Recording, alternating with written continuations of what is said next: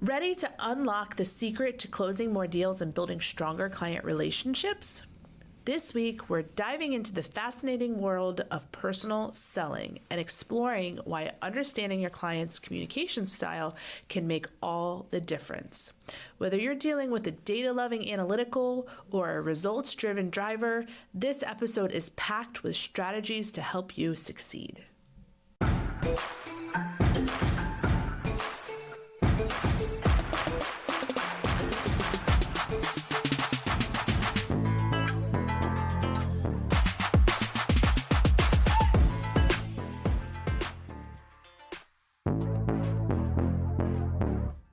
Lady bosses, are you working even after putting the kids to bed but still not getting results? Are you tired of spending money on ads that aren't getting engagement? Do you feel burdened that you aren't fulfilling your purpose in life because you are so consumed with work?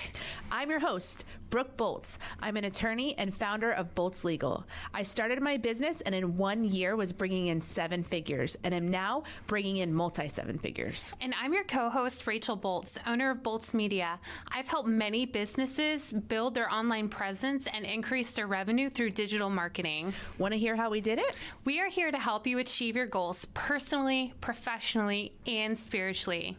So kick off your high heels, sit back, and let's ignite that passion. We're Miss Biz, where we're putting the Miss in biz. Let's get biz done. So, everyone loves to buy things, right? Favorite pastime. But people hate to be sold to. So today we're going to be diving into the art of personal selling, focusing on flexing your communication style to better match your buyer. So this is a crucial skill that can significantly enhance your sales effectiveness and help you build stronger, more meaningful relationships with your clients. So first, we're going to talk about communication styles.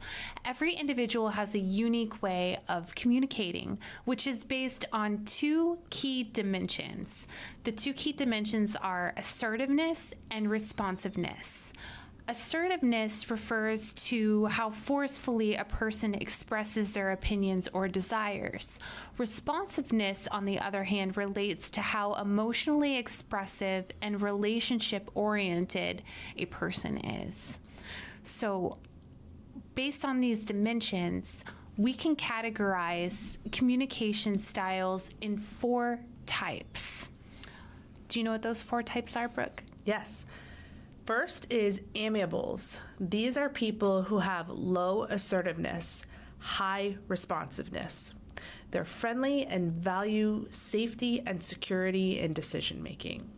Next is expressives. These are people who have high assertiveness and high responsiveness. They prioritize relationships and can be confrontational when challenged. Third is drivers. These are high assertiveness, low responsiveness. They are goal-oriented and prefer to stay detached from personal relationships. And then finally is analyticals. These have low assertiveness, low responsiveness. They are detail-oriented, risk-averse, and prefer logic and data over emotions. Which one are you? I think that I am an expressive. A high assertiveness, high responsiveness. What do you think you are? I was going to say the same thing. Yeah, I could see that. I think that has a lot to do with just your personality type. You know, if you look at your DISC assessment, you can probably see, you know, if you're outgoing or if you're, if you value those types of traits. This is bringing to mind a quick story that happened recently. Last week, we had an event at my office for the last day of school, and it was a foam party. So foam, I know it sounds kind of funny, but it is exactly what it sounds like. It is like foam. What you play in the bathtub with when you're little. Bubbles. Yes. Bubbles galore. And so the kids run through and play in the foam. Well, I have bought these inflatables to go at the photo booth. It was like a flamingo and a couple of palm trees and just some like beach type beach-looking inflatables to take pictures with, and then the kids, of course, started playing with the inflatables in the pool or in the foam as well. Well, I'm at the foam party and I get a text from a friend of mine, and she says, "Are these people supposed to be taking the inflatables home with them?" And there's a picture of a family of 4 who are carrying like 8 of our inflatables Oh my to their goodness. car. And I was like, "What?"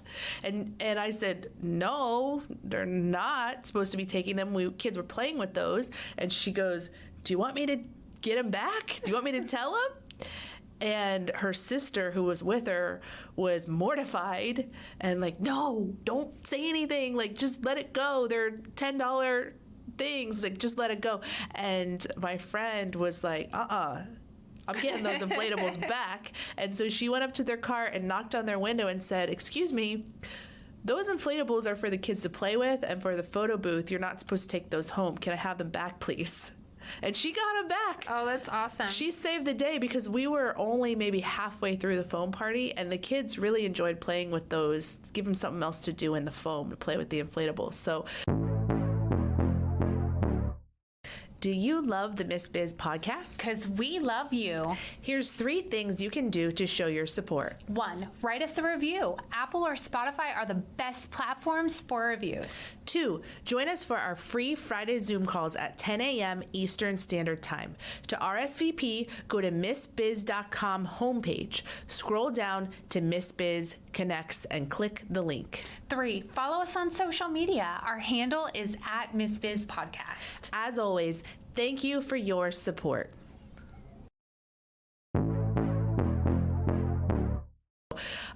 So when we were talking about this, my friend Chelsea, who saved the day with the inflatables, came to mind as definitely a high assertiveness personality, because most people would just let it go. Right. And that was a very uncomfortable situation to go up and knock on someone's window. Yes, it is very uncomfortable to do that. I remember I did that when there was these guys here that were from the windshield company that came to the office and were trying to find cracks in the windshield so that they could make a claim on the insurance and sue them or whatever they do.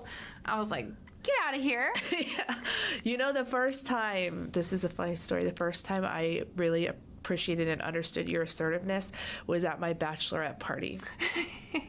When I got married, 14 years ago, the bachelorette party, we were in Key West, and so we were going around to different bars and clubs for the bachelorette party, and anytime another man would get within 10 feet of me, Rachel would jump in between and go, "Excuse me, she is engaged. She's getting married. Do you see the bride veil that she's wearing?" I know that's right. Back off, back off. And you were like my personal bodyguard. And most of the guys were like, "Pfft." I wasn't even like trying. I wasn't even trying to talk to her. Like I don't even know that these guys were even really trying to talk to me. I don't think they were, but you were like on the lookout. Oh, yeah. And you were like batting them off if they got anywhere near me. And I was like, all right, Rachel. It's happening before your wedding day. She's like, this wedding is going forward. Yes. Tomorrow. I drove all the way to the Keys for this. So, yeah, I remember that because I didn't know you very well at that point. And I was just really surprised that, how old were you at that point? Oh, gosh. I think I was 21. Yeah, this 21-year-old is just taking names and kicking tail. That's right. Back off.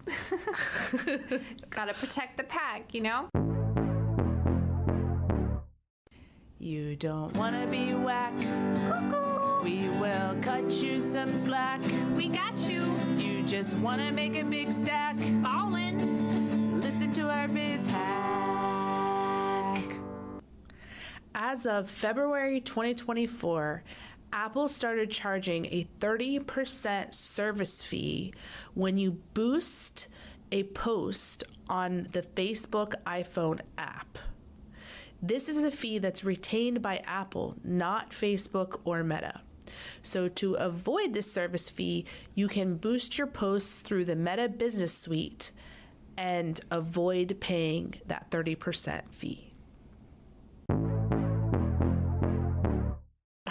So once we identify the different personality types, then what you're going to do is you're going to want to flex your communication style. So I always say this, that you have to be able to understand the message and the language of who you're communicating with. And it doesn't matter who it's with, it can be with anyone. But understanding your buyer's communication style, that is what's truly essential. So by adapting your behavior to meet their preferences, you can really ensure more effective communication and deliver greater customer value. So stage 1 is prospecting. In the first stage of the selling process, prospecting, your goal is to discover the buyer's needs and identify their communication style. So for drivers, when dealing with a driver, you present your product or service in a way that makes them feel in control and confident about the results. They appreciate direct results-oriented communication. So an example would be if you're selling a software solution, highlight how it will increase efficiency and productivity, allowing them to achieve their goals faster. And in terms of analyticals, when you're approaching an analytical, you're going to want to focus on the logical and practical aspects of your product. That's where you're going to be providing data, case studies, and any detailed information to help them make an informed decision. So an example of presenting to a analytic would be to present a detailed report on how your product has helped similar businesses improve their processes, complete with statistics and return on investment figures. So really what we're doing today is taking a deeper dive into a topic we talked about before, which is customer-centered marketing. Thinking about who your customer is and what they want, what they will appreciate, what will speak to them versus just what you want them to hear. Because I think our nature would be, if I'm a driver, to just assume everybody's a driver. Yes. And that everybody's going to appreciate the same sales tactics or same data that I appreciate. But that's not the case, and we're reminded of that all the time with the different personalities that are there. So a good practice would be to sit down and think about each of these 4 personality types or communication styles, and how could you communicate your same product or service to each of them in a way that they would receive it well. Agreed. So stage 2, that's going to be developing customer relations. So in the second stage, developing customer relations, you need to tailor your sales dialogue and presentation to match the buyer's style. So kind of going hand in hand with what you were just saying. So for amiables, you're going to build a trust-based relationship by discussing personal interest and creating a friendly atmosphere before diving into any business. They truly appreciate having those connections and that relationship factor. They want to know that they can trust you. When you start the conversation, you're going to start by asking about their family, their hobbies, and share a bit about yourself to establish a personal connection. Other people who just want to get down to business, you can typically feel it in the air when they're like, okay, I got 15 minutes, let's go. Then you're going to want to go straight into the numbers with them. I would say, though, I think all of the different types of people are still looking for trust, but their trust is built in different ways. Correct. So one of them is built because you show them figures and data that shows that the product is going to benefit them. Another is because you relate to them on a personal level and have a relationship. But universally, I think people are still looking to see, can I trust you? Do I trust what you're saying to me, what you're offering me? Is the product good? Yeah, right. I agree. Are you ready to take your business to the next level? Meet our expert team at Miss Biz. Whether you need help with business strategy, brand development, or digital marketing, we have a personalized one-on-one coaching program just for you. And if you're looking for something more budget friendly, our group coaching services offer incredible value and the chance to learn alongside like-minded entrepreneurs. Transform your business today. Visit missbiz.com and start your journey to success.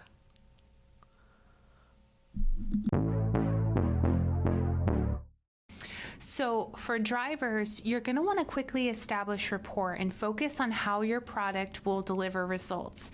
Keep the conversation efficient and to the point. So an example of this would be to begin with a brief introduction, then move straight into how your product can solve their specific problem and improve their bottom line. These are the marshmallow makers like you and I, where Yes. we toast it long enough to taste good enough, Yes. and then we're on to the next thing. That's right. So going back to our s'more theory from our prior episode. Gotta get biz done. So stage 3, that's going to be where you focus on enhancing customer relationships. So this is the final stage, and this takes place mostly in terms of follow-up. So you're going to follow up on your clients to see how they're doing, if they like the product or service, if they're interested in purchasing again. So for expressives, when following up with an expressive, you're going to engage their emotions by asking how they feel about the product and their overall experience. And one way that you could do this would be to send a personalized thank you note and ask for their feedback on how the product has impacted their daily operations, emphasizing your genuine interest in their satisfaction. I love talking to expressives in a business sense because it makes my job easier. I just Yes. have to listen. They enjoy talking and they're expressing themselves and how they're thinking and how they're feeling. And so I can just comment here and there and don't have to work so hard about thinking about what am I going to say. Expressives, if you're just a good listener, then they're going to feel seen and understood. Agreed. And in terms of amiables, you're going to want to ensure that they feel valued and reassured about their decision by emphasizing the long-term features or services that could benefit them the most. So if you sold, let's say you sold doTERRA oils, right? The oils are going to last a long time. You're going to get health benefits from this, and it's going to be something that you can depend on should you want to order it again in the future. An example that I can think of a comparison in personalities and communication styles is I have a second business called Ship Your Gifts, and the employee I have, her name is Carol, and Carol and I are attacking certain challenges together. We have hired a vendor who isn't meeting expectations. And so Carol's like, okay, I'm going to send an email that says, we would like, and could you please, and when are you available, and all these things. And then I said, no, we're not sending that. We're going to say, Get it done by Friday. Yes, exactly. You got till Friday, or you're going to get sued for breach of contract. Like, no joke, because we've been going back and forth with this vendor for like 10 months, and it's just been really, really unsatisfactory work product, and it's holding us back from being able to bring in more business because we can't scale without these features being in place. And so she's very much like, okay, let's come to an agreement that makes everybody happy. And I'm like, She's so sweet. I love her so much. but she is like the polar opposite of me when it comes to communication styles. And so, but I think we're both growing from it because I'm learning from her how to chill and be a little more, calm down before I send something really aggressive. And I think she's learning from me that sometimes you have to be a little more aggressive to get things accomplished, especially in a timely manner. Yes. Oh, that's good. And you're right. It really does help to balance each other out, and you grow from one another too. So that is basically the art of understanding and adapting to different communication styles in regards to personal selling. And once you can truly master this art, you can significantly improve your effectiveness as a salesperson. And business owners, a lot of times, they don't think that they're a salesperson. But if you own a business, you are your biggest salesperson.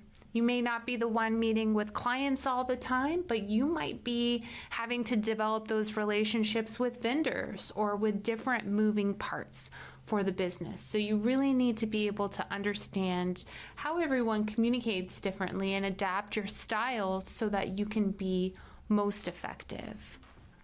So thank you for tuning in. If you found this discussion helpful, don't forget to hit that subscribe button and share with your fellow entrepreneurs. And until next time, keep communicating and selling with confidence. We appreciate you and are honored to be on this journey with you. We can't wait to help you, to encourage you, and show you how to grow personally, professionally, and spiritually. If you found Miss Biz helpful, please leave a review and share with others. You can follow us on social media at Miss Biz Podcast. For legal questions or services, please visit boltslegal.com. And for digital marketing needs, please visit boltsmedia.com. Let's get biz done.